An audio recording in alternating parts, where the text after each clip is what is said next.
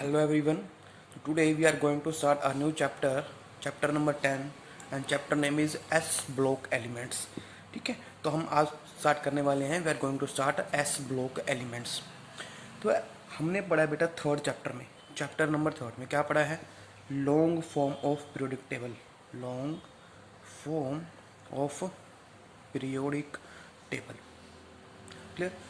उसमें हमने जो एलिमेंट्स थे हमारे उसको 4 ब्लॉक्स में डिवाइड किया है. कितने ब्लॉक्स में? 4 ब्लॉक्स में हमने उसको डिवाइड किया है. क्लियर?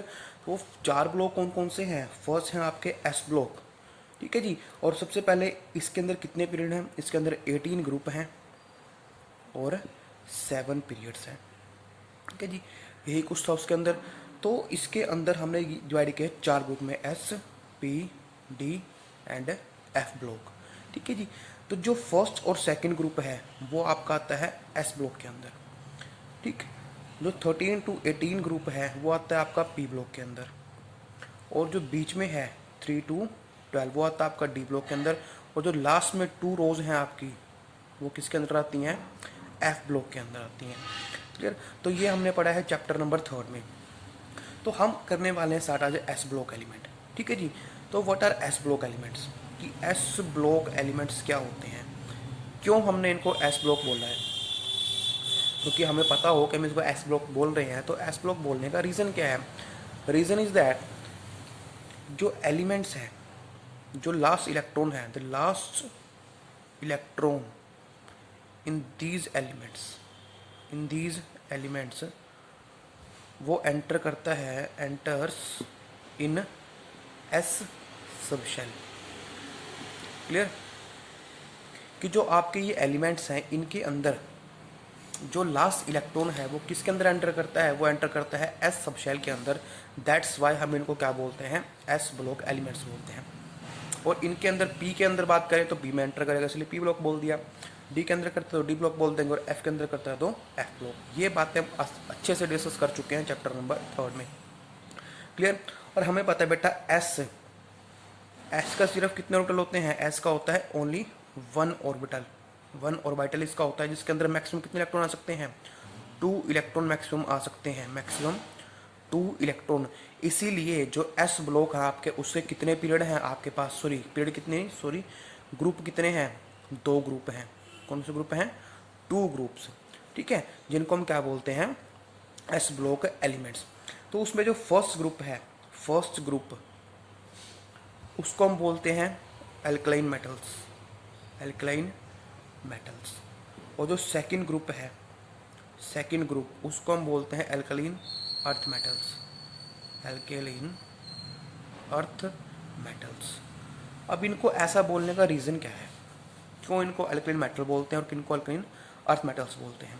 तो फर्स्ट डे हमें ये भी पता हो बेटा कि एल्कलाइन मेटल्स यानी कि फर्स्ट ग्रुप में कौन कौन से एलिमेंट आते हैं.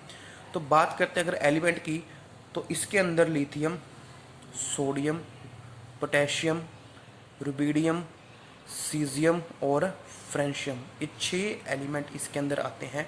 इसमें से जो लास्ट एलिमेंट है वो क्या होता है? Radio active in nature. Alkaline earth metals की बात करें तो उसके अंदर आपके कौन कौन से एलिमेंट आते हैं? उसके अंदर आते हैं आपके बेटा beryllium, magnesium, calcium, after that strontium, barium और radium. And also in this group जो लास्ट एलिमेंट है वो क्या है? रेडियो एक्टिव इन नेचर है. क्लियर? तो जो रेडियो एक्टिव है उनके बारे में हमें स्टडी यहाँ पे नहीं करना है, बिकॉज इनकी लाइफ क्या होती है बेटा? लाइफ स्पैन उनका बहुत कम होता है. तो इनके बारे में हमें ज़्यादा इन्फॉर्मेशन नहीं है और ना ही हमें स्टडी करनी है. तो हमें स्टडी करनी है 5 एलिमेंट्स. अब बात आती है कि अल्कली मेटल्स को अल्कली मेटल्स क्यों बोलते हैं? इनको इसलिए बोलते हैं बेटा कि जब हम इनको क्या करेंगे? वाटर के अंदर डिजोल्व करते हैं. ठीक है, तो ये क्या बनाते हैं? हाइड्रोक्साइड बनाते हैं जो क्या होते हैं? Strongly alkaline in nature. तो लिख के बोलता तुम आपको कि जब हम क्या करेंगे? दे आर, इनको डिजोल्व करते हैं वाटर के अंदर, यानी कि जब रिएक्ट करते हैं water, when they react with water they form water soluble hydroxide बनाते हैं. विच आर, जो क्या है, which are alkaline in nature, जो अल्कलाइन इन नेचर। सिंपल सा लॉजिक है कि जब आप इनकी वाटर से रिएक्शन करवाते हो तो क्या बनाते हैं, वाटर सोल्यूबल हाइड्रोक्साइड बनाते हैं, जो क्या होते हैं, alkaline in nature. That's why इनको क्या बोलते हैं, एल्कलीन अर्थ मेटल्स इनको बोलते हैं। दूसरी बात, जो अल्कलीन अर्थ मेटल्स हैं उनको ऐसा क्यों बोलते हैं, इनको क्या बोलते हैं, एल्कलीन अर्थ मेटल्स। क्या बोलते हैं, एल्कलीन अर्थ मेटल्स। अब इसका रीज़न क्या है, इसका रीज़न भी बड़ा सिंपल था बेटा, कि जो इनके ऑक्साइड हैं, because their oxides and hydroxides, वो भी क्या है, बेसिक इन नेचर या फिर alkaline in nature and found in earth's crust, found in earth's crust. That's why वो क्या बोलते हैं, अल्कलीन अर्थ मेटल्स बोलते हैं। ग्रुप 1 को बोलते हैं alkaline metals. Why, because when they react with water they form water soluble hydroxide which are alkaline in nature. और ग्रुप 2 को बोलते हैं अल्कलीन अर्थ मेटल्स, बिकॉज उनके ऑक्साइड और हाइड्रोक्साइड हैं वो क्या हैं, alkaline in nature and found in earth's crust. That's why उनको क्या बोलते हैं, अल्कलीन अर्थ मेटल्स बोलते हैं। क्लियर। बात करते हैं अगर इनकी अबंडेंस की, किसकी बात करते हैं, अबंडेंस की, तो अल्कली मेटल्स में जो सोडियम और पोटाशियम है वो क्या है, अबंडेंट मेटल है। ग्रुप की बात करें सिर्फ, सोडियम एंड पोटाशियम आपके अबंडेंट एलिमेंट है जो हमें मिल जाते हैं, ठीक है, ज़्यादा में नहीं, थोड़ी क्वांटिटी में मिल जाते हैं। और जो इसके अलावा रेस्ट ऑफ द एलिमेंट है, rest of the elements are found in traces, वो हमें किस में मिलते हैं, ट्रेसेस के अंदर मिलते हैं, मतलब बहुत ही माइन्यूट क्वांटिटी में मिलते हैं। ठीक, तो यह फर्स्ट एलिमेंट की बात हुई, तो हम स्टार्ट करते हैं फर्स्ट ग्रुप। ठीक है जी, तो फर्स्ट ग्रुप है उसको हम स्टार्ट करते हैं, उसकी properties, physical properties, chemical properties और उनके यूजेस हम अच्छे से स्टडी करेंगे यहाँ पे। और कुछ आपके पास इंपॉर्टेंट कंपाउंड्स आते हैं यहाँ पे जिनको हमें स्टडी करना है। क्लियर। तो बात करते हैं जब फर्स्ट ग्रुप एलिमेंट की, तो फर्स्टली बात करेंगे इनकी इलेक्ट्रॉनिक कॉन्फ़िगरेशन की। तो फर्स्ट बात करते हैं इनकी इलेक्ट्रॉनिक कॉन्फ़िगरेशन की।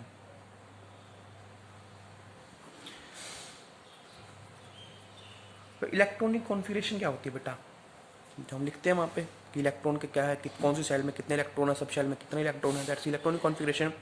तो जो इनकी इलेक्ट्रॉनिक कॉन्फ़िगरेशन है वो क्या है, मैंने आपको बताया कि एस का सिर्फ एक ऑर्बिटल होता है जिसके अंदर मैक्सिमम 2 इलेक्ट्रॉन आ सकते हैं। ठीक है, इसी वजह से आपके पास 2 ग्रुप हैं। तो अगर हमने एक इलेक्ट्रॉन एंटर करवाया तो कॉन्फ़िगरेशन कैसी होगी, NS1 टाइप। इसको क्या बोल देंगे, एल्कलीन मेटल्स बोल देंगे। ठीक है, और ये इलेक्ट्रॉनिक कॉन्फ़िगरेशन किसकी है, एल्कलीन मेटल्स की कॉन्फ़िगरेशन है NS1, जिसके अंदर जो लास्ट इलेक्ट्रॉन है वो किस में एंटर कर रहा है, एस सब शेल में एंटर कर रहा है और ओनली 1 इलेक्ट्रॉन एंटर कर रहा है। ठीक है, जब यानी कि सिंपल सी बात है, जब एक इलेक्ट्रॉन आपका प्रेजेंट है तो कौन से मेटल्स हैं, वो हैं आपके अल्कलीन मेटल्स। यानी कि हम बोल सकते हैं कि जो अल्कली मेटल्स हैं उनके अंदर क्या होता है, ओनली 1 वैलेंस इलेक्ट्रॉन होता है। ठीक है, तो कॉन्फ़िगरेशन क्या बनेगी, NS1। तो लिख के देखते हमें ज़्यादा समझ में आएगा। तो फर्स्टली कौन सा है, लिथियम। कौन सा है, लिथियम। तो लिथियम की कॉन्फ़िगरेशन क्या होती है, एटॉमिक नंबर 3, तो 1s2 एंड 2s1। और इलेक्ट्रॉनिक कॉन्फ़िगरेशन हमने सेकंड चैप्टर में अच्छे से सीखे बेटा कैसे लिखते हैं।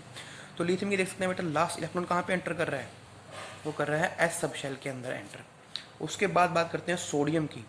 तो सोडियम का एटॉमिक नंबर कितना होता है, 10। कितना होता है, 10। तो 1s2, फिर 2s2, 2p6, 3s1। ये आपके पास किसका हो गया, सोडियम का। ऐसी बात करते हैं पोटेशियम की। तो पोटेशियम में कितना होगा, 1s2, 2s2, 2p6, 3s2, 3p6 and 4s1। तो ये किसकी कॉन्फ़िगरेशन है, पोटेशियम की। ठीक है, तो हम यहाँ पे देख सकते हैं कि जो लास्ट शेल, लास्ट इलेक्ट्रॉन है वो किसके अंदर आ रहा है, एस ऑर्बिट सब शेल के अंदर आ रहा है। तो इसलिए क्या बोलते हैं इनको, एस ब्लॉक एलिमेंट बोलते हैं। और यहाँ पे एक ही एलिमेंट आ रहा है तो कौन सा एलिमेंट हो गया, आपके अल्कलीन मेटल्स हो जाएंगे। क्लियर। और एक बात और बेटा, हम देख सकते हैं कि जो ये एलिमेंट है, जो लास्ट इलेक्ट्रॉन से पहले वाली शेल है, यानी कि ये तो आपकी लास्ट वैलेंस शेल हुई, इससे पहले की जो शेल है वो क्या है, कम्प्लीटली फिल्ड है। ये सेकंड सब शेल, सेकंड शेल है आपकी, इससे पहले 1s आपकी फुल फिल्ड है। ये थर्ड शेल है, इससे पहले 2 शेल क्या है आपकी, फुल फिल्ड है। ये फोर्थ शेल है, इससे पहले की जो शेल है वो सारी की सारी 3 क्या है, कंप्लीट है। ठीक है, तो हम अगर ध्यान से देखें तो बेटा जितने भी आपके एलिमेंट है, सपोज लिथियम की बात करते हैं तो इससे पहले क्या आएगी हमारे पास, नोबल गैस आती है। क्या आती है, नोबल गैस। और कौन सी नोबल गैस आती है, वो आती है हीलियम। तो इस कॉन्फ़िगरेशन को हम कैसे लिख सकते हैं, इसको हम लिख सकते हैं 2s1 लिखा, और उससे पहले किसकी कॉन्फ़िगरेशन है, सारी की सारी वो नोबल गैस की कॉन्फ़िगरेशन, तो उसको हम ऐसे भी लिख सकते हैं in the term of helium. अगर नेक्स्ट की बात करूं, मेरे को पता है सोडियम से पहले कौन आता है, सोडियम से पहले आती है कौन सी गैस, नियोन गैस आती है। कौन सी, नियोन। तो मैं इसको लिख सकता हूं this portion is for neon and 3s1। और पोटेशियम से पहले कौन सी आती है बेटा, आर्गन आती है, तो हम लिख सकते हैं आर्गन 4s1। तो इसको लर्न करने का वे क्या है, बड़ा सिंपल सा वे है। एक बार पहले मैं लिख दूँ, फिर आपको लर्न करने का वे भी समझाऊंगा यहाँ पे। तो रुबिडियम की बात करता हूँ मैं, तो रुबिडियम की भी मैं सिर्फ इसी टर्म में लिखूंगा। तो रुबिडियम की बात करूंगा तो क्या आ जाएगा यहाँ पे, 4s के बाद 5s1 आ जाएगा। और गैस कौन सी आती है, आर्गन के बाद आती है क्रिप्टॉन। अगर मैं बात करता हूँ सीजियम की, किसकी बात करता हूँ, सीजियम की, यहाँ पे 6x1 और यहाँ पे क्या आ जाएगा आपका, जिनोन आ जाएगी। और अगर लास्ट बात करता हूँ फ्रेंशियम की, तो फ्रेंशियम के केस में क्या होगा, 7s1 और यहाँ पे कौन सी आ जाएगी आपकी, रेडोन आ जाएगी। तो इसको लर्न करने का वे बड़ा इजी से है, आपको ये सारे के सारे लर्न करने की जरूरत नहीं है। जितने भी एलिमेंट्स बीच में शेल सबसे लाती हैं, क्यों, बिकॉज हमें पता है कि इनसे जस्ट पहले क्या है हमारे पास, नोबल गैस कॉन्फ़िगरेशन है। और लास्ट एलिमेंट किसके अंदर आ रहा है, इलेक्ट्रॉन हमारा सॉरी एस के अंदर आ रहा है। तो उसकी इलेक्ट्रॉनिक कॉन्फ़िगरेशन लिखनी बड़ी ईजी है। तो कैसे लिखोगे, हमें पता है बेटा कि लिथियम है, जो लिथियम वो कौन से पीरियड में आता है, सेकेंड पीरियड में आता है। तो उसके अंदर एस सब शेल कौन सी होगी, 2s हो जाएगी। जो फर्स्ट शेल होगी तो वो कौन सी होगी, 2s। बिकॉज जो पीरियड क्या रिप्रेजेंट करता है आपका, पीरियड रिप्रेजेंट करता है, जो पीरियड है वो रिप्रेजेंट करता है आपका प्रिंसिपल शेल को, जो करता है प्रिंसिपल शेल का वो रिप्रेजेंट करता है। तो लिथियम हमें पता है 2 है, तो नेक्स्ट उससे नीचे आएगा, नेक्स्ट से उससे नीचे आपका पीरियड चेंज, तो प्रिंसिपल शेल भी क्या हो जाएगी, चेंज। तो 2 के बाद 3, 3 के बाद 4, 4 के बाद 5, 6 एंड 7 हो गया आपके पीरियड। अब इनको कैसे लिखोगे बेटा, हीलियम आ रही है पहले, हीलियम के बाद कौन सी आती है, नियोन, नियोन के बाद आर्गन, आर्गन के बाद krypton, after that xenon and radon. तो इस तरह से आप इसकी इलेक्ट्रॉनिक कॉन्फ़िगरेशन आसानी से लर्न कर सकते हो। तो नेक्स्ट हम बात करते हैं बेटा इसकी एटॉमिक एंड आयनिक रेडियाई की, एटॉमिक एंड आयनिक रेडियाई। अब ये क्या होती है बेटा, हमने पढ़ी है 3rd चैप्टर में, तो ज़्यादा हमें डिस्कस करने की जरूरत नहीं है। तो एटॉमिक रेडियस क्या होती है, आयनिक रेडियस क्या होती है। एटॉमिक रेडियस क्या होती है, इट इज़ दैट, क्या है ये है डिफरेंस, यानी कि जो distance, it is the distance from nucleus to the outermost electron, उसको हम क्या बोलते हैं, एटॉमिक रेडियस बोलते हैं। और हमें पता है बेटा, क्या पता है कि जब हम अलोंग अ पीरियड जाते हैं, अलोंग अ पीरियड जब हम जाएंगे, ठीक है, तो अलोंग अ पीरियड जब भी हम जाते हैं, हमें पता है कि जो रेडियस है वो क्या करेगी बेटा, डिक्रीज़ करती है। क्यों डिक्रीज़ करती है, बिकॉज न्यूक्लियर चार्ज आपका इंक्रीज़ करता है, बिकॉज न्यूक्लियर चार्ज इंक्रीज़ करेगा, ठीक है, दैट्स वाई। और जो इलेक्ट्रॉन आपका सेम शेल में एंटर हो रहा है तो वहाँ पे शील्डिंग फैक्टर रहेगा नहीं, तो न्यूक्लियर चार्ज इंक्रीज़ हो रहा है, तो अट्रैक्शन वहाँ पे क्या बढ़ेगी बेटा, अपकमिंग इलेक्ट्रॉन के न्यूक्लियस की इंक्रीज़ होगी, दैट्स वाई एटॉमिक रेडियस आपकी क्या करती है, रेडियस आपकी डिक्रीज़ करती है। और जब हम डाउन अ पीरियड जाते हैं, डाउन दी पीरियड, तो वहाँ पे क्या होता है, डाउन द पीरियड हमेशा आपकी एटॉमिक रेडियस क्या करती है, इंक्रीज़ करती है। जो रेडियस आपकी क्या करेगी, इंक्रीज़ करेगी। सिंपल सा रीज़न है बेटा, आपको पता है क्या, कि नई शेल आपकी एंटर हो रही है, ठीक है, यानी कि इंट्रोडक्शन ऑफ न्यू शेल हम बोल सकते हैं, बिकॉज शेल क्या कर रही है आपकी, इंक्रीज़ कर रही है। क्या कर रही है, इंक्रीज़ कर रही है। जैसे हमने देखा अभी लिथियम के केस में सेकंड शेल थी, सोडियम पे गए तो 3rd शेल, यानी कि जो न्यू एलिमेंट है, यानी कि प्रिंसिपल शेल इंक्रीज़ कर रही है, प्रिंसिपल शेल इंक्रीज़ कर रही है आपकी, ठीक है, क्योंकि लास्ट इलेक्ट्रॉन है जो वो नई शेल के अंदर एंटर हो रहा है। सेकंड शील्डिंग इफेक्ट बढ़ता है, क्या होता है, शील्डिंग इफेक्ट आपका इंक्रीज होता है। 3rd आपका न्यूक्लियर चार्ज भी बढ़ता है, बिकॉज नंबर ऑफ इलेक्ट्रॉन्स बढ़ रहे हैं। तो लेकिन जो न्यूक्लियर चार्ज इंक्रीज होने का फैक्टर है, अब न्यूक्लियर चार्ज क्या करेगा, रेडियस को डिक्रीज करता है, और बाकी दोनों फैक्टर क्या करते हैं, रेडियस को इंक्रीज करेंगे। तो जो ऊपर वाले 2 फैक्टर इनका फैक्ट क्या रहेगा, डोमिनेट करेगा, जिस वजह से जो रेडियस आपकी इंक्रीज कर जाती है। क्लियर। तो सिंपल सा लॉजिक है, atomic radius down the group क्या करती है आपकी, इंक्रीज करती है। और सेम ही आपका किसके लिए है, आयनिक रेडियस के लिए है। उसके बाद आती है आयनाइजेशन एंथैल्पी। क्या आती है, आयनाइजेशन एंथैल्पी।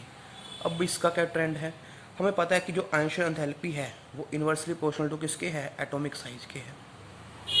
अगर एटॉमिक साइज आपका इंक्रीज होता है, एटॉमिक साइज आपका इंक्रीज होता है तो आयनिक रेडियस क्या, सॉरी आयनाइजेशन एंथैल्पी आपकी डिक्रीज करती है। हमें पता है डाउन द ग्रुप की बात कर रहे हैं, डाउन द ग्रुप, तो एटॉमिक साइज क्या कर रहा है आपका, डिक्रीज, सॉरी इंक्रीज कर रहा है एटॉमिक साइज, तो आयनाइजेशन एंथैल्पी क्या करेगी, डिक्रीज करेगी। बड़ा सिंपल सा लॉजिक है बेटा।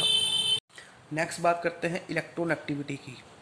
इलेक्ट्रोनेगेटिविटी, इलेक्ट्रोनेगेटिविटी का क्या ट्रेंड है बेटा, वो भी क्या है, inversely proportional to atomic size है।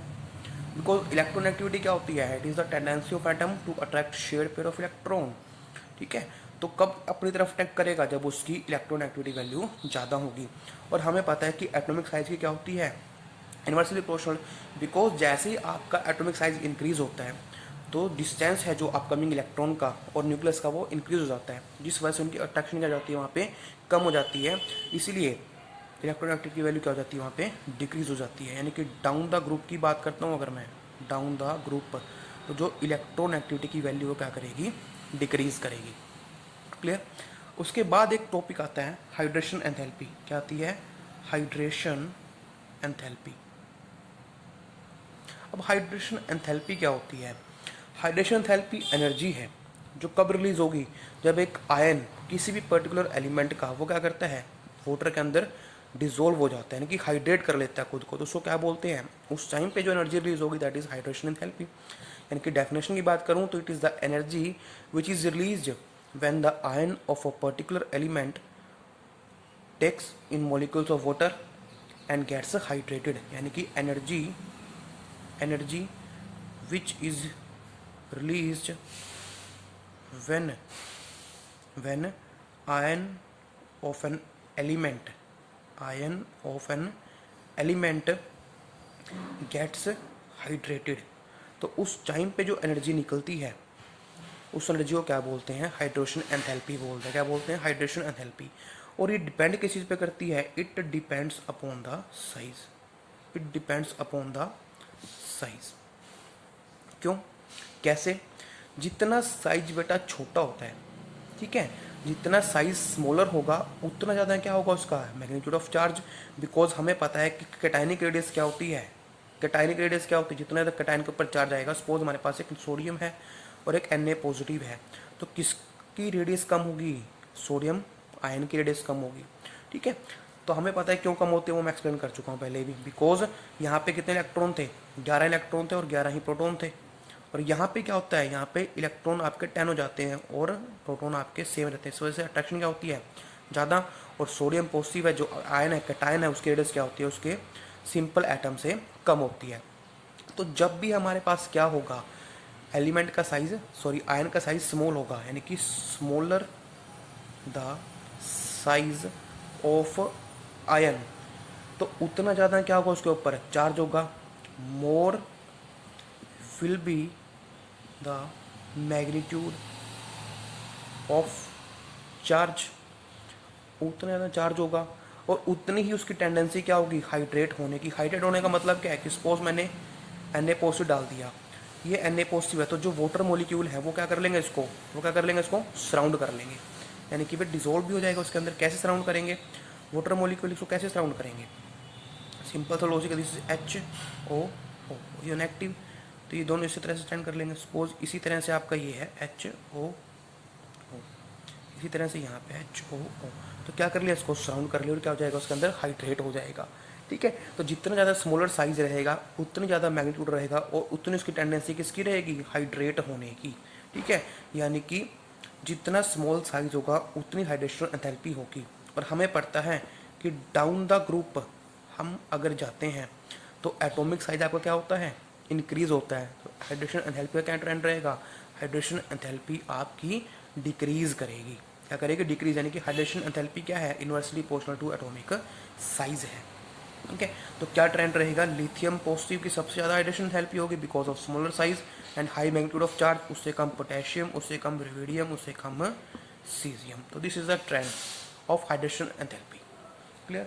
नेक्स्ट प्रॉपर्टी क्या आती है आपकी, नेक्स्ट आती है कलरेशन टू द फ्लेम, या फिर उससे पहले बात कर लें कि फिजिकल प्रॉपर्टीज़ देख लेते हैं बेटा कि फिजिकल प्रॉपर्टीज़ क्या रहती हैं इसकी, मतलब देखने में कैसा होगा ये।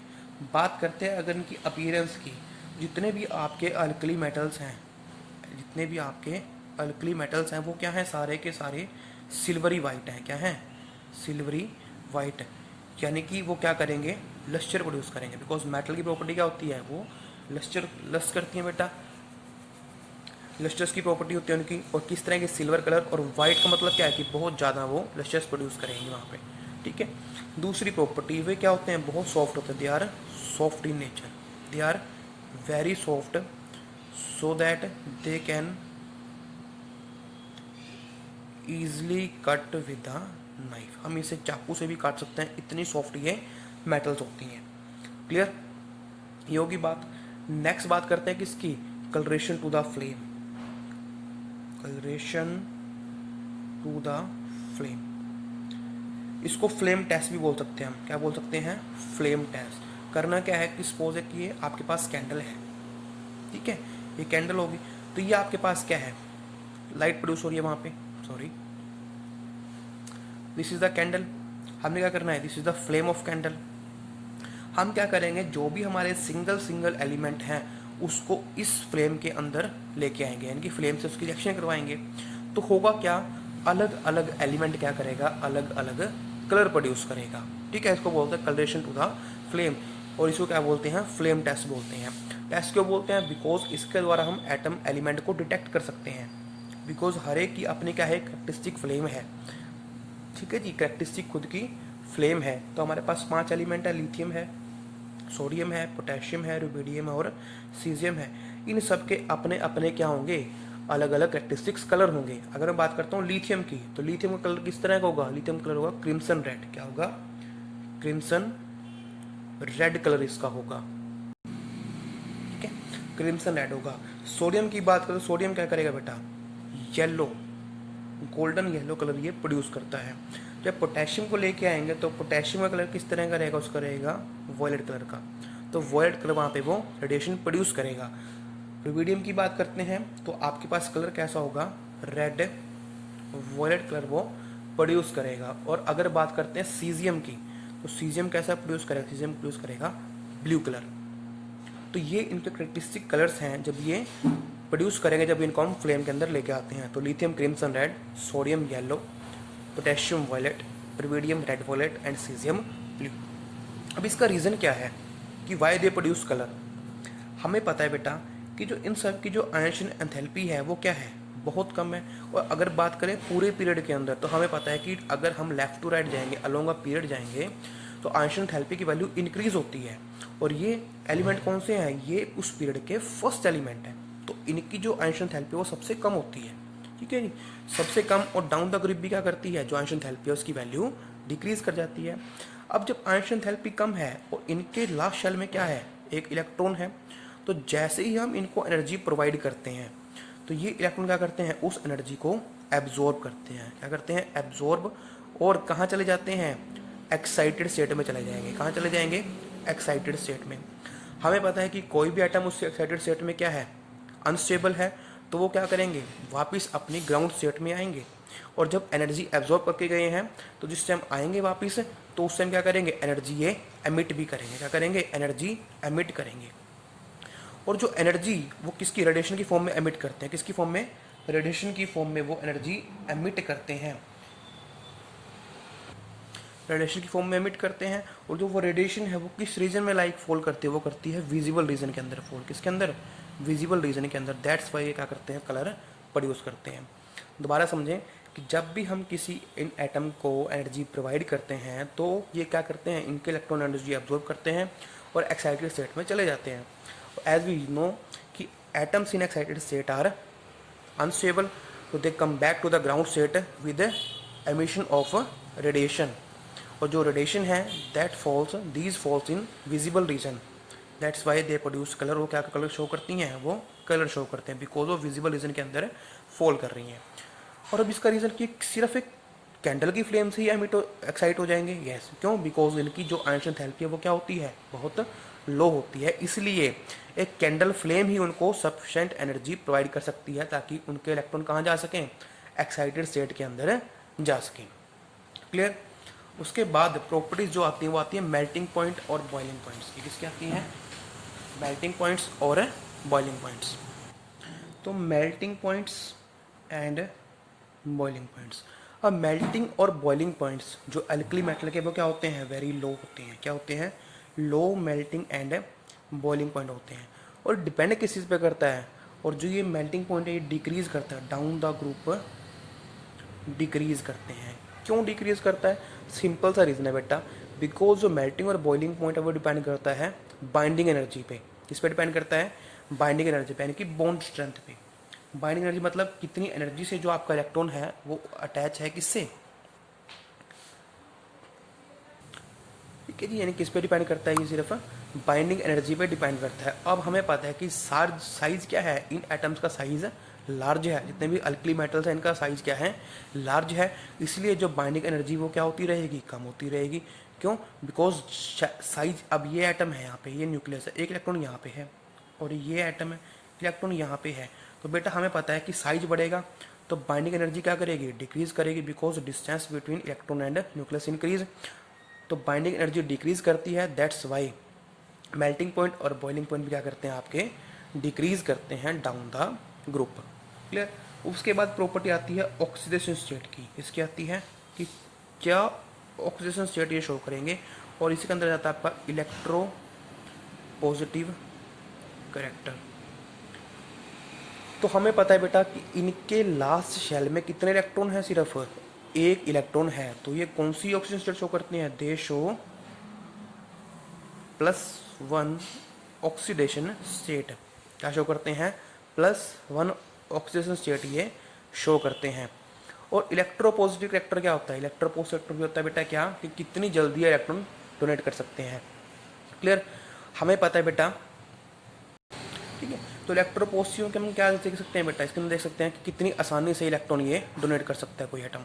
हमें पता है बेटा कि इनके पास एक इलेक्ट्रॉन है जिसको डोनेट करके ये क्या कर सकते हैं, noble gas configuration, nearest noble gas configuration को अचीव कर सकते हैं। तो इनकी क्या है, स्ट्रॉन्ग अर्ज है किसकी, टू डोनेट इलेक्ट्रॉन। ठीक है जी, बड़ी आसानी से ये क्या कर देंगे, इलेक्ट्रॉन डोनेट कर देंगे। और क्यों कर देंगे, because due to low ionisation enthalpy. इनकी आयनेशन एंथैल्पी क्या होती है, लो, इसलिए आसानी से क्या कर सकते हैं, ये लास्ट इलेक्ट्रॉन अपना डोनेट कर सकते हैं और नियरेस्ट नोबल गैस कॉन्फिगरेशन को अचीव कर सकते हैं। तो ये क्या होते हैं, इनको बोलते हैं हाईली इलेक्ट्रोपॉजिटिव नेचर। क्या बोलते हैं, highly electro positive in nature. क्या होते हैं, बिकॉज बड़ी आसानी से इलेक्ट्रोपॉजिटिव मतलब कितनी आसानी से कोई एलिमेंट इलेक्ट्रॉन डोनेट कर सकता है। ठीक है, तो इसलिए बड़ी आसानी से कर सकते हैं, they are highly electropositive in nature. अब जो लास्ट प्रॉपर्टी है that is a metallic nature, that is a metallic character. तो मेटेलिक करेक्टर जो है, तो मेटेलिक करेक्टर को हम किसके टर्म में देखते हैं, it is a tendency to donate electron, इसी के टर्म में देखेंगे। ठीक है जी। अब हमें पता है कि जो मेटेलिक करेक्टर क्या है, टेंडेंसी टू डोनेट इलेक्ट्रॉन, जो जितना, या फिर इलेक्ट्रोपॉजिटिव नेचर देखते हैं उसका, क्या देखते हैं, इलेक्ट्रोपॉजिटिव नेचर, उसका हम देखेंगे। हमें पता है कि जो एल्कली मेटल्स हैं इनकी स्ट्रॉन्ग टेंडेंसी है टू लॉस इलेक्ट्रॉन।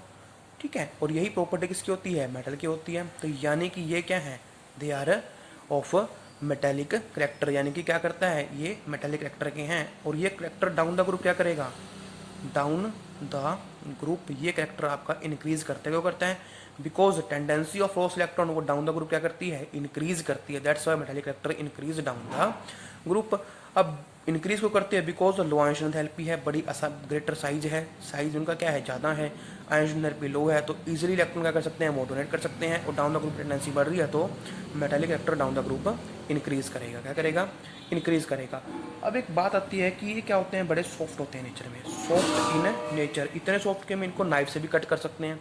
क्या कर सकते हैं, नाइफ से भी कट कर सकते हैं। अब इसका रीज़न क्या है, इसका रीज़न बड़ा सिंपल है बेटा, ये डिपेंड करता है स्ट्रेंथ ऑफ मेटेलिक बॉन्ड पे। किस पर डिपेंड करता है? Strength of metallic bond. और मेटेलिक बॉन्ड कैसे बनता है? ये बनता है कर्नल से, ये बनता है पॉजिटिव कर्नल और वैलेंस इलेक्ट्रॉन में। किसमें बनता है? वैलेंस इलेक्ट्रॉन पे। ठीक है जी। मेटेलिक बॉन्ड कैसे बनता है? पॉजिटिव कर्नल से और वैलेंस इलेक्ट्रॉन से। तो जितना ज़्यादा आपकी स्ट्रेंथ होगी मेटेलिक बॉन्ड की, जितनी ज़्यादा क्या होगी स्ट्रेंथ होगी मेटेलिक बॉन्ड की, उतना ज़्यादा एटम क्या होगा, मेटल क्या होगी आपकी, हार्ड हो जाएगी। तो लेकिन यानी कि हम अगर सिंपली बात करें कि जो मेटेलिक बॉन्ड की स्ट्रेंथ है, जो मेटेलिक बॉन्ड स्ट्रेंथ है वो किस पे डिपेंड करती है? वो डिपेंड करती है अट्रैक्टिव फोर्स पे। किस पे?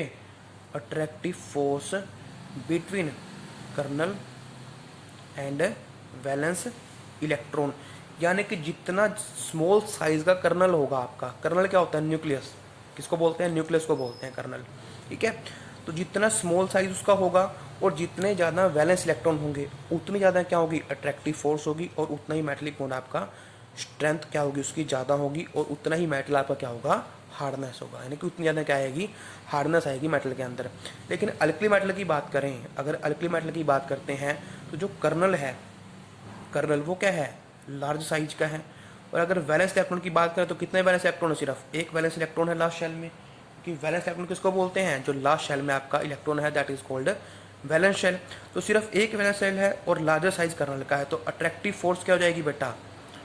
अट्रैक्टिव फोर्स आपकी, उसका जो मैग्नीट्यूड है वो क्या हो जाएगा? लो हो जाएगा। जिस वजह से जो बॉन्ड की स्ट्रेंथ है वो क्या करेगी? डिक्रीज करेगी, और जो मेटल आपके वो क्या होंगे? सॉफ्ट इन नेचर होंगे। क्लियर? तो all these are the physical properties of the S block, यानी कि अल्कली मेटल्स। क्लियर? तो यहाँ से हम बोल सकते हैं कि जो अल्कली मेटल्स है उनकी एटॉमिक रेडियस क्या होती है? पूरे पीरियड में ज़्यादा होती है। आयन एंथैल्पी लो होती है। इलेक्ट्रोपोजिटिव नेचर उनका हाई होता है। ऑक्सीजन स्टेट क्या होती है? +1, बिकॉज वो एक इलेक्ट्रॉन लॉस कर सकते हैं। और इम्पार्ट क्या करते हैं? वो करेक्टरिस्टिक कर देते हैं फ्लेम के अंदर। ठीक है। तो अब बात करते हैं केमिकल प्रॉपर्टीज़ की। इसकी बात करते हैं केमिकल प्रॉपर्टीज़ की हम बात करते हैं। तो केमिकल प्रॉपर्टीज़ में जो फर्स्ट बात रिएक्शन है वो किसकी आती है? Reaction with air. कि जब ये एयर से रिएक्शन करेंगे, तो जब भी हम फ्रेशली कट अल्कली मेटल्स को रखते हैं एयर के अंदर, तो क्या करेंगे? वो अपने ऊपर फॉर्मेशन किसकी कर लेंगे? लेयर ऑफ ऑक्साइड की। किसकी? लेयर ऑफ ऑक्साइड की। और आफ्टर दैट वो वाटर से मॉइस्चर से रिएक्शन करते हैं तो हाइड्रोक्साइड की, और उसके बाद कार्बन डाइऑक्साइड तो कार्बोनेट की लेयर वो अपने ऊपर बना लेते हैं। यानी कि सिंपल सी बात है, सिंपल सी बात क्या है कि जब भी हमें पता है कि मेटल्स में क्या होती है? लश्चर होती है। और जब हम थोड़े टाइम के लिए रखेंगे उसको एयर के अंदर तो वो लश्चर क्या हो जाएगी? आपकी खत्म हो जाएगी। यानी कि सरफेस क्या हो जाएगा? टार्निश हो जाएगा। यानी कि लश्चरस सरफेस से, लश्चर से कहाँ चल जाएगा? टार्निश सरफेस हो जाएगा। क्या हो जाएगा? Tarnish surface. क्यों हो जाता है? बिकॉज फॉर्मेशन किसकी होती है? लेयर की। किसकी? लेयर ऑफ ऑक्साइड की। आफ्टर दैट हाइड्रोक्साइड की, एंड आफ्टर दैट कार्बोनेट की लेयर वहाँ पे बन जाती है। सिंपली बात करें तो सपोज मेटल प्लस ऑक्सीजन है, तो क्या बनाएगा? ये बनाएगा मेटेलिक ऑक्साइड की लेयर बन गई। ये फर्दर रिएक्ट करेगी किससे? वाटर से, मॉइस्चर से रिएक्ट करेगी, और क्या बनाएगी बेटा? हाइड्रोक्साइड बनाएगी। क्या बनाएगी? हाइड्रोक्साइड बनाएगी। और ये हाइड्रोक्साइड फर्दर किससे रिएक्ट कर सकता है?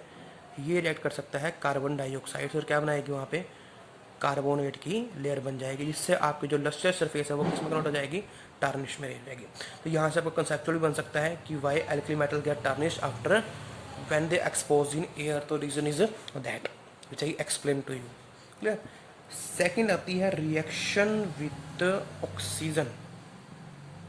Reaction with oxygen. तो भाई जब भी आप रिएक्शन करवाओगे अल्कली मेटल की ऑक्सीजन के साथ, तो वहाँ पे आपके पास क्या बनते हैं? वहाँ पे आपके पास बनते हैं ऑक्साइड्स, परऑक्साइड्स और सुपर ऑक्साइड्स की फॉर्मेशन आपके पास होती है। यानी कि when metal react with air, metal combines with air, किसकी फॉर्मेशन होगी? वहाँ पे बनेंगे ऑक्साइड्स, और क्या बनेंगे? परऑक्साइड्स, और क्या बनेंगे? Super oxides. ठीक है जी।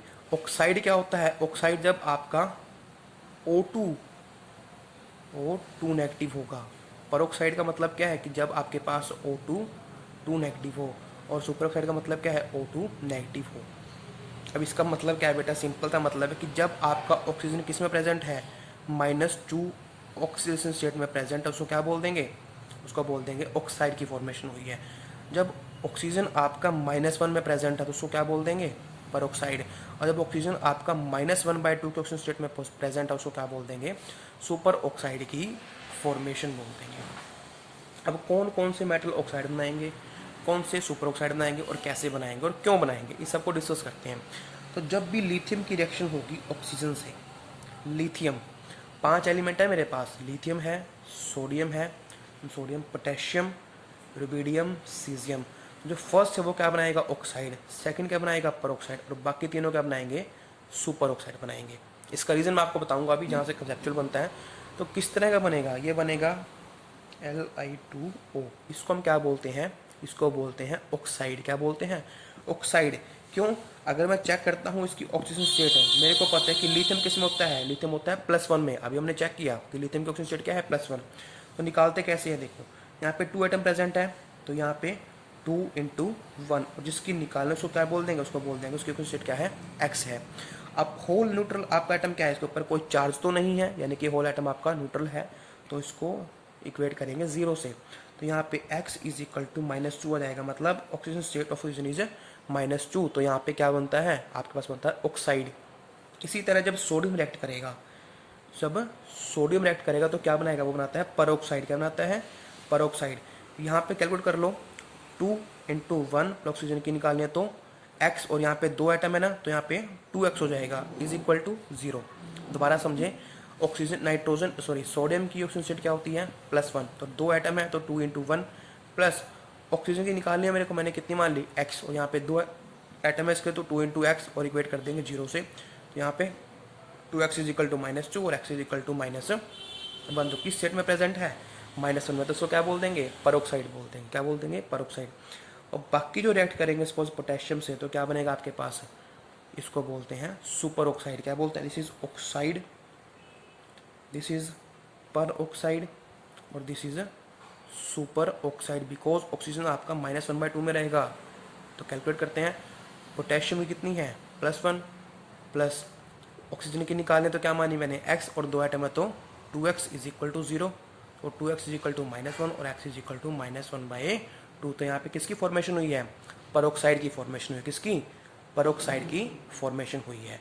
तो ये आपको फैक्टर जो ट्रेंड लर्न करना है कि लिथियम क्या बनाएगा, ऑक्साइड, सोडियम परऑक्साइड, और पोटेशियम, रुबिडियम, सीजियम, लास्ट के तीनों क्या बनाएंगे, सुपर ऑक्साइड बनाएंगे। और ऑक्सीजन स्टेट क्या होती है, ऑक्सीजन जब ऑक्साइड बनाएगा तो +2 की -2 की ऑक्सीजन स्टेट होगी, जब परऑक्साइड बनाएगा तो -1 होगी, और जब सुपर ऑक्साइड बनाएगा तो -1/2 होती है।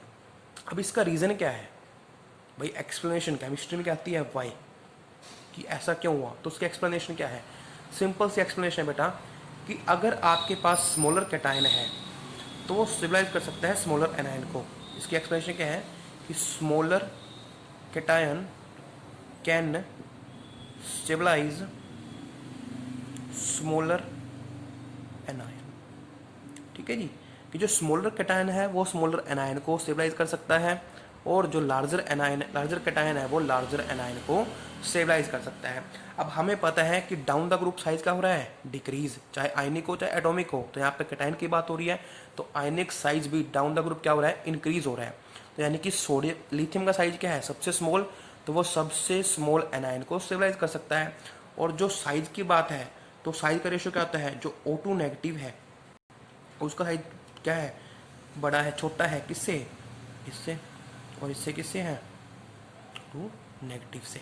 ठीक है, तो ये आपके पास ऑक्साइड का है आयन है, ऑक्साइड आयन है, ये आपके पास परऑक्साइड आयन है, और ये आपके पास सुपर ऑक्साइड आयन है। क्लियर बेटा। तो हमें पता है कि ये साइज का ऑर्डर है। तो लिथियम किसको सेटिस्फाई करेगा, किसको ज़्यादा स्टेबलाइज कर पाएगा, वो कर पाएगा सबसे छोटे आयन को, विच इज ऑक्साइड। इसलिए क्या बनाता है, लिथियम ऑक्साइड बनाता है। सोडियम का साइज थोड़ा सा बड़ा हुआ तो वो उससे बड़े वाले साइज को क्या कर सकता है, स्टेबलाइज कर सकता है एनायन को, इसलिए वो क्या बनाएगा, परऑक्साइड। और उसके बाद जो साइज है तीनों का क्या है, लार्जर साइज है, तो वो लार्जर एनायन को ही क्या कर पाएंगे, स्टेबलाइज कर पाएंगे। दैट्स वाई वो क्या बनाते हैं, आपके पास सुपर ऑक्साइड बनाते हैं। अब क्यों भाई, छोटे वाला छोटे को ही क्यों करता है और बड़े वाले बड़े को क्यों करता है, रीज़न क्या है कि जितना छोटा कैटायन है, कैटायन, तो उतनी स्ट्रॉन्ग फील्ड होगी उसके अराउंड, उतनी स्ट्रॉन्ग पॉजिटिव फील्ड उसके अराउंड होगी, ठीक है। और जितना स्मॉल एनायन है, स्मॉल कैटायन है, तो उतनी स्ट्रॉन्ग पॉजिटिव फील्ड होगी, स्मॉल एनायन है तो उतनी स्ट्रॉन्ग नेगेटिव फील्ड होगी उसके अराउंड। तो दोनों आपस में दोनों ही स्टेबल कर सकते हैं ना, कि स्ट्रॉन्ग पॉजिटिव फील्ड ही स्ट्रॉन्ग नेगेटिव फील्ड को स्टेबलाइज कर सकती है। अगर हम इस छोटे आयन को किससे कंपेयर करेंगे, किससे स्टेबलाइज करने की कोशिश करेंगे, बड़े से, तो हमें पता है कि बड़े के अराउंड क्या है, जो पॉजिटिव फील्ड है वो स्ट्रॉन्ग नहीं है। तो वो छोटी यानी कि स्ट्रॉन्ग, सिंपल सी बात क्या है कि जितनी ज़्यादा स्ट्रॉन्ग फील्ड होगी वो उतनी ज़्यादा नेगेटिव फील्ड को स्टेबलाइज कर पाएगा। तो स्मॉल कैटायन किसको कर सकता है, स्मॉल एनायन को। अगर मैं स्मॉल कैटायन लूँ और एनायन कौन सा लूँ बेटा, या फिर स्मॉल एनायन लूँ, कैटायन मैंने ले लिया लार्ज और एनायन ले लिया स्मॉल, तो क्या होगा, लार्ज कैटायन के अराउंड क्या है, जो फील्ड है वो पॉजिटिव फील्ड वो वीक है, और स्मॉल एनायन के अराउंड नेगेटिव फील्ड स्ट्रॉन्ग है, तो आपस में स्टेबलाइज नहीं हो पाएंगे। दैट्स वाई स्मॉल कैटायन किसको करता है, सिर्फ स्मॉल एनायन को, और लार्ज कैटायन किसको करता है, लार्ज एनायन को। क्लियर। अब आती है जो ऑक्साइड आयन, पेरोक्साइड आयन और ये सुपर ऑक्साइड आयन है, इनकी लुईस स्ट्रक्चर। तो लुईस स्ट्रक्चर बड़ी सिंपल सी बेटा, मैंने आपको 4th चैप्टर में बनानी सिखाई अच्छे से, तो आप कर सकते हो। तो मैं यहाँ पे सिर्फ ड्रॉ करके दिखाऊंगा। तो ये आपके पास क्या होगी, ऑक्साइड आयन की लुईस जोड़ स्ट्रक्चर है, ठीक है जी। हमें पता है बिकॉज O2 नेगेटिव आयन है तो उसका ऑक्टेट कंप्लीट, और ऊपर चार्ज कितना है, 2 नेगेटिव। पेरोक्साइड की बात करेंगे तो 2 ऑक्सीजन आइटम आएंगे, तो होगा क्या, 1 2 3 4 5 6, 1 2 3 4 5 6, दोनों के ऑक्टेट क्या है, कंप्लीट। पेरोक्साइड की बात करेंगे तो पेरोक्साइड में क्या होगा, जो आपके पास बॉन्ड बनेगा ना बेटा, 1 2 3 4 4 इलेक्ट्रॉन यहाँ पे रहेंगे, ठीक है जी। जो बॉन्ड बनेगा ना, वहाँ पे कौन सा बॉन्ड बनेगा, वो आपका ट्रिपल इलेक्ट्रॉन बॉन्ड बनेगा, ठीक है जी। वहाँ पे इलेक्ट्रॉन कितने होंगे, 3 होंगे बॉन्ड के अंदर, और इस तरह से वो क्या होगा, इसके चार्जों का। तो दीज आर द लुईस जोड़ structure of oxide, peroxide and super oxide ion. Clear. और उसके बाद इनमें से कौन सा डायमैग्नेटिक है और कौन सा पैरामैग्नेटिक है। हमें पता है कि जब इलेक्ट्रॉन आपके पेड़ में हो तो डायमैग्नेटिक होता है, और जब आपके पास अनपेड हो तो वो पैरामैग्नेटिक होता है। तो यहाँ पे इन दोनों में सारे इलेक्ट्रॉन क्या हैं, पेड़, तो ये कौन से हैं आपके, डायमैग्नेटिक नेचर के हैं। और यहाँ पे एक इलेक्ट्रॉन आपके पास क्या है, अनपेड है, उसको क्या बोल देंगे, पैरामैग्नेटिक इन नेचर। क्लियर। उसके बाद बात आती है reaction with water, reaction with water. तो जब भी ये वाटर से रिएक्ट करेंगे तो क्या बनाएंगे, हाइड्रोक्साइड्स बनाएंगे। क्या बनाएंगे, हाइड्रोक्साइड। जैसे कि मैंने Na प्लस वाटर की रिएक्शन कर दी तो मेरे पास क्या बनता है, मेरे पास बनेगा NaOH, और साथ में क्या होगी, हाइड्रोजन गैस लिबरेट होगी। क्या होगी, हाइड्रोजन गैस वहाँ पे लिबरेट होती है, ठीक है जी। ठीक है बेटा, इस रिएक्शन को बैलेंस कर सकते हो। बैलेंस करना अगर आपको, तो बैलेंस किस वजह से करेंगे इसको, यहाँ पे 2 और यहाँ पे भी 2 लगाना पड़ेगा, तो यहाँ पे ये, हाँ जी, आप ये रिएक्शन बैलेंस है आपकी, ठीक है। सिमिलरली अगर मैं लिथियम का ऑक्साइड लिथियम लेके चलता हूँ तो वो भी क्या बनाएगा, आपका हाइड्रोक्साइड ही बनाएगा, लिथियम प्लस 2 वाटर, वो भी क्या बनाएगा, लिथियम हाइड्रोक्साइड, और प्लस में हाइड्रोजन गैस वो लिबरेट करेगा। क्लियर। लेकिन जनरल रिएक्शन अगर मैं लिख दूँ इसके, तो किस तरह से लिख सकते हो आप इसकी जनरल रिएक्शन, आप लिख सकते हो 2M प्लस 2 वाटर, तो क्या बनेगा आपके पास 2MOH, प्लस में हाइड्रोजन गैस आपकी लिबरेट होती है। तो this is the general reaction. जो आप किसी भी एटम यहाँ पे एलिमेंट रखो, तो यहाँ पे मेटल रखो, तो आपके पास क्या आ जाएगी, उसकी रिएक्शन आ जाएगी। अब जो भाई ये रिएक्शन है, ये हाईली क्या है, ये हाईली एक्सोथर्मिक रिएक्शन है। क्या है, एक्सोथर्मिक इन नेचर। यानी कि जो आपकी रिएक्शन हो रही है ना, आप हाइड्रोक्साइड की फॉर्मेशन कर रहे हो, तो this reaction is highly exothermic in nature. यानी कि एक्सोथर्मिक का मतलब क्या है, वहाँ पे एनर्जी क्या होगी आपकी, प्रोड्यूस होगी, एनर्जी आपकी इवोल्व होगी। अब हाइड्रोजन गैस क्या करती है, एनर्जी के साथ रिएक्शन कर लेगी, और क्या कर सकती है, कैच फायर इजीली, जिससे क्या हो सकता है, एक्सप्लोजन हो सकता है। क्लियर। यानी कि क्या होगा कि जब एनर्जी यहाँ से प्रोड्यूस होगी तो हाइड्रोजन उससे रिएक्ट करके क्या कर सकता है, फायर को कैच कर सकता है ईजिली, जिससे क्या होगा, एक्सप्लोजन हो सकता है। क्या हो सकता है, एक्सप्लोजन हो सकता है। क्लियर। तो इसीलिए जो आपके मेटल्स हैं, एल्कली मेटल्स हैं, उनको हम वाटर के कांटेक्ट में नहीं लेके आते हैं, नॉट कांटेक्ट विद वाटर, ठीक है जी। उनको हम वाटर के कांटेक्ट में नहीं रखते हैं, बिकॉज उन्हें थोड़ा सा भी वाटर यानी कि थोड़ा सा भी मॉइस्चर मिला तो वहाँ पे क्या होगी, हाइड्रोजन गैस प्रोड्यूस होगी और एनर्जी प्रोड्यूस होगी, जिससे वो रिएक्शन करके एक्सप्लोजन वहाँ पे हो सकता है। तो they are not kept in contact with water. तो रखें कहाँ पे, इनको रखते हैं केरोसिन के अंदर। किसके अंदर रखते हैं, केरोसिन, जो क्या है इनर्ट इन नेचर, यानी कि वो क्या है एक केमिकली इनर्ट सोलवेंट है, जिसके अंदर हम उसको आसानी से रख सकते हैं। क्लियर। और जो हाइड्रोक्साइड यहाँ पे बनते हैं ये क्या होते हैं बेटा, बेसिक इन नेचर। क्या होते हैं, बेसिक इन नेचर। वो क्या करते हैं, बेसिक इन नेचर होते हैं। नेक्स्ट जो रिएक्शन है आपकी, that is with hydrogen, reaction with hydrogen. तो भाई जब भी हाइड्रोजन से रिएक्ट करेंगे तो क्या बनाएंगे, हाइड्राइड्स बनाएंगे। क्या बनाएंगे, हाइड्राइड्स की वहाँ पे फॉर्मेशन होती है। तो जनरल रिएक्शन में यहाँ पर लिख देता हूँ 2m प्लस हाइड्रोजन, तो क्या बनेगा आपके पास 2MH। ये आपके पास क्या बनेगा, मेटल का हाइड्राइड बनेगा। तो कोई भी आप देख के यहाँ पर रिएक्शन देख सकते हो। लिथियम की बात करता हूँ, 2 लिथियम प्लस H2, तो क्या बनेगा आपके पास 2LiH, तो लिथियम का हाइड्राइड बनेगा। ऐसे आप सोडियम लिख सकते हो यहाँ पे, तो क्या बनेगा आपके पास, सोडियम का हाइड्राइड बनेगा। और एक बात याद रखना बेटा कि यहाँ पे हमें पता है कि जो हाइड्रोजन है वो कैसा होता है, इलेक्ट्रोनेगेटिव नेचर का होता है। किससे, as compared to alkali metals. कि अगर इन दोनों की इलेक्ट्रोनेगेटिविटी की बात करें तो इलेक्ट्रोपॉजिटिव इलेक्टर एल्कली मेटल का ज़्यादा होता है एज कम्पेयर टू हाइड्रोजन। इसलिए हाइड्रोजन आपको यहाँ पे नेगेटिव में मिलेगा और लिथियम आपको पॉजिटिव के अंदर मिलेगा। क्लियर, इतनी सिंपल सी बात आपकी। और क्यों बनते हैं ये, बिकॉज अल्कली मेटल क्या होते हैं, एंथैल्पी लो होती है, उनके एटम आसानी से इलेक्ट्रॉन यूज कर सकते हैं और वो हाइड्रोजन से रिएक्ट कर लेंगे, क्या बनाएंगे, आयनिक हाइड्राइड। और ये हाइड्राइड कैसे बनते हैं, आयनिक हाइड्राइड बनते हैं। क्यों बनते हैं, बिकॉज मैंने अभी आपको बताया कि आयनिक कहाँ पे बनेगा, जहाँ पे इलेक्ट्रॉन एक्टिविटी का डिफरेंस आ जाए, या फिर जहाँ पे इलेक्ट्रॉन लॉस करके बात हो रही है, यानी कि जहाँ पे आयन की फॉर्मेशन हो सकती है। तो यहाँ पे लिथियम क्या कर सकता है, लिथियम पॉजिटिव में, सोडियम पॉजिटिव में आसानी से जा सकता है। क्यों, बिकॉज इनके जो आयन एंथैल्पी है वो काफ़ी लो है, तो आसानी से इलेक्ट्रॉन ये लॉस कर सकते हैं। और किस में चेंज हो जाएंगे, आपके कटायन में, तो वहाँ से हाइड्रोजन का एनायन आएगा और क्या बनेगा आपके पास, आयनिक हाइड्राइड्स की फॉर्मेशन हो सकती है आसानी से। उसके बाद रिएक्शन विद हेलोजन, कि हेलोजन से रिएक्शन पे क्या बनाएंगे बेटा, हैलाइड्स बनाएंगे। क्या बनाएंगे, वो बनते हैं आपके मेटल हैलाइड्स बनते हैं, मेटल के हैलाइड्स। रिएक्शन क्या रहेगी, सेम रिएक्शन रहेगी, तो क्या बनेगा 2MX। क्लियर। अब ये भी क्या रहेंगे आपके, ये भी आपके आयनिक नेचर के रहेंगे। कौन से नेचर के रहेंगे, आयनिक नेचर के रहेंगे। रीजन क्या है, सेम, बिकॉज इनका एंथैल्पी लो है, इजीली इलेक्ट्रॉन लॉस कर सकते हैं, और वहाँ पे क्या बनेगा आपके पास, आयंस बन जाएंगे, यहाँ पे इसका कैटायन बन जाएगा और वो आगे आयनिक हैलाइड्स की फॉर्मेशन करता है। क्लियर, तो सिंपल सी बात है। और ऑर्डर ऑफ रिएक्टिविटी की बात करूँ मैं, ऑर्डर ऑफ रिएक्टिविटी की बात करता हूँ अगर मैं, तो वो क्या रहेगा, लिथियम सबसे कम रिएक्टिव है, उससे कम सोडियम, उससे कम पोटेशियम, उससे ज़्यादा रुबिडियम, उससे ज़्यादा सीजियम। रीजन, साइज बड़ा हो रहा है तो टेंडेंसी टू लॉस इलेक्ट्रॉन वहाँ पे इंक्रीज हो रही है। क्लियर। अब एक बात आती है कि जो लिथियम का हाइड्राइड है, लिथियम का जो हैलाइड्स है वो क्या है, वो बेटा कोवलेंट इन नेचर है। क्या है, कोवलेंट इन नेचर, वो आयनिक नहीं है। उसका रीज़न क्या है, अब उसका रीज़न क्या है, उसका रीज़न यहाँ से कंसेप्चुअल बनता है कि लिथियम का जो हैलाइड है वो आयनिक नेचर का क्यों नहीं है, वो कोवलेंट नेचर का क्यों है।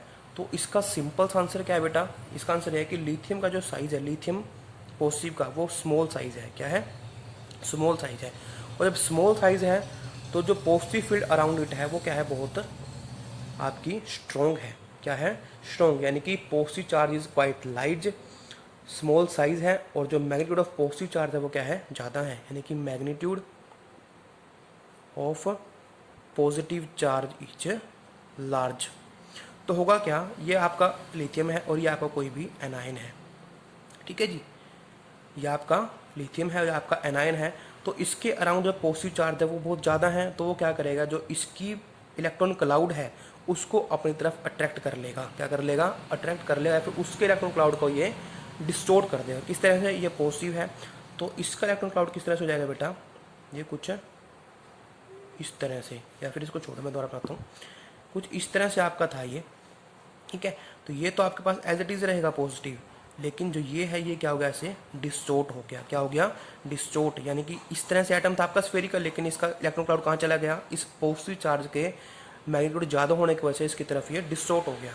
यानी कि जो स्मॉल साइज है और मैग्नीट्यूड है पॉजिटिव का ज़्यादा, वो क्या करेगा, इलेक्ट्रॉन क्लाउड को उस एनायन के अपनी तरफ डिस्टोर्ट कर देगा। क्या कर लेगा? डिस्टोर्ट कर देगा, यानी कि इलेक्ट्रॉन क्लाउड को वो डिस्टोर्ट कर देगा। और इस डिस्टोर्शन को क्या बोलते हैं? इसको बोलते हैं पोलराइजेशन। क्या बोलते हैं? पोलराइजेशन, यानी कि distortion of the charge electron cloud of the anion by the cation is known as the polarisation. जिस वजह से दो अपोजिट चार्ज हैं जो वो क्या आएंगे दूसरे के क्लोज आएंगे और एक दूसरे के इफेक्ट को क्या कर देंगे? पार्शली न्यूट्रलाइज कर देंगे। यहाँ से पॉजिटिव है, यहाँ से नेगेटिव इलेक्ट्रॉन क्लाउड आया, आपस में क्या करेंगे? दूसरे को पार्शली न्यूट्रलाइज कर देंगे। क्या कर देंगे? Partially neutralise. और क्या जाएगा उसके अंदर? उसके अंदर जाएगा covalent character. This is the explanation. Clear? क्या होता है कि इसका साइज स्मॉल है, जो पॉजिटिव चार्ज है वो ज़्यादा है, जिस वजह से इलेक्ट्रॉन क्लाउड को अपनी तरफ डिस्टोर्ट कर लेगा, यानी कि पोलराइज कर लेगा उसको, जिस वजह से जो दो पॉजिटिव चार्ज हैं वो आपस में क्लोज आएंगे और पार्शली दूसरे इफेक्ट को न्यूट्रलाइज कर देंगे, जिस वजह से आपके पास कौन सा करैक्टर आएगा? कोवलेंट करैक्टर आएगा। कौन सा करैक्टर आएगा? कोवलेंट करैक्टर आएगा। उसके बाद बात करते हैं रिड्यूसिंग नेचर की। इसकी बात करते हैं रिड्यूसिंग नेचर की। तो भाई रिड्यूसिंग नेचर का क्या ट्रेंड रहेगा? जो अल्कली मेटल्स हैं वो क्या होते हैं? They are strong reducing agents. Reducing agents क्या होते हैं? जो दूसरे की रिडक्शन करवाते हैं, दूसरे की रिडक्शन और खुद की क्या करवाएं? ऑक्सीडेशन।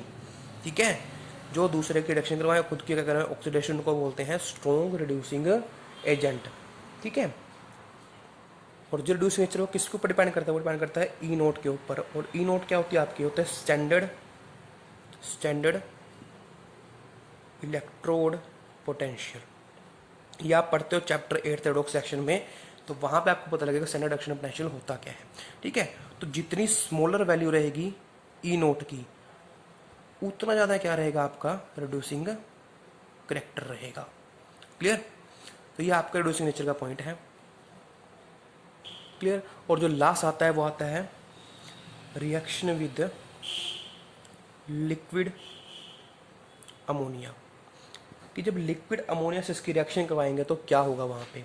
तो जब भी बेटा हम लिक्विड अमोनिया से इसकी रिएक्शन करवाते हैं तो हमें एक डीप ब्लू कलर का कनेक्टिंग सॉल्यूशन मिलेगा। क्या मिलेगा? डीप ब्लू कलर का कंडक्टिंग सॉल्यूशन मिलता है। तो रिएक्शन क्या रहती है कि ये मेरे पास मेटल है, ठीक है, और ये मेरे पास क्या है? X+Y NH3, ये मेरे पास लिक्विड अमोनिया है। क्या है? Liquid ammonia. तो जब भी रिएक्शन होगी तो मेरे पास क्या बनेगा? तो मेरे पास बनेगा अमोनिएटेड कैटायन। क्या बनेंगे? अमोनिएटेड कैटायन बनेंगे। और क्या बनेगा? अमोनिएटेड इलेक्ट्रॉन बनेंगे। क्या बनेंगे? Ammoniated electron. सिंपल सी बात, जब हाइड्रेट हमारे पास कुछ चीज़ होती है उसको क्या बोलते हैं? हाइड्रेटेड मेटल बोलते हैं। तो यहाँ पे अमोनिया हुआ है, अमोनिया में डिजोल्व, उसको क्या बोल देंगे? अमोनिएटेड कैटायन और अमोनिएटेड इलेक्ट्रॉन उसको हम बोल देंगे। और यहाँ पे ये अमोनिएटेड इलेक्ट्रॉन प्रेजेंट है, यानी कि आयंस प्रेजेंट है, इसलिए सोल्यूशन क्या होता है आपके पास? कंडक्टिंग होता है। क्या होता है? कंडक्टिंग सोल्यूशन होता है। और डीप ब्लू कलर का होता है। उसका रीज़न क्या है? बिकॉज यहाँ पे क्या है आपके पास? आपके पास इलेक्ट्रॉन प्रेजेंट है। क्या है? इलेक्ट्रॉन प्रेजेंट है। तो जैसे ही आप इसको हीट करते हो, ठीक है, या हीट करते हो या फिर जब इनके ऊपर लाइट फॉल करेगी, क्या फॉल करेगी? लाइट यहाँ पे फॉल करती है, तो ये इलेक्ट्रॉन क्या करेंगे? एनर्जी एब्जॉर्ब करेंगे और जब वापस आएंगे तो एनर्जी एमिट करेंगे, जो किस एरिया में लाई करेगी? जो वो फ्राई करेगी विजिबल रीजन में लाइट के। इस वजह से इनका कलर क्या होता है? डीप ब्लू कलर का हो जाता है। तो सिंपल सी बात है, कनेक्टिंग क्यों है? बिकॉज आयंस प्रेजेंट है। डीप ब्लू कलर क्यों है? बिकॉज आयन आपके इलेक्ट्रॉन आपकी एनर्जी एब्जॉर्ब करते हैं और जब वापस आएंगे तो एनर्जी एमिट करेंगे और एनर्जी कहाँ लाई करेगी? विजिबल रीजन में वो फॉल करती है। रेडिएशन की एनर्जी, जो रेडिएशन है वो आपके विजिबल रीजन में फॉल करती है, दैट्स वाई इनका डीप ब्लू कलर होता है। उसके बाद यहाँ पे इसका नेचर कैसा है? डायमैग्नेटिक और पैरामैग्नेटिक। यहाँ पे अनपेड इलेक्ट्रॉन आपके प्रेजेंट हैं, तो यहाँ पे नेचर कैसा है इसका? नेचर यहाँ पे पैरामैग्नेटिक का। कौन सा नेचर है? पैरामैग्नेटिक नेचर का है। क्लियर? तो ये आपके पास थी chemical properties of alkali metals. ठीक है बेटा? ओके बेटा, थैंक यू।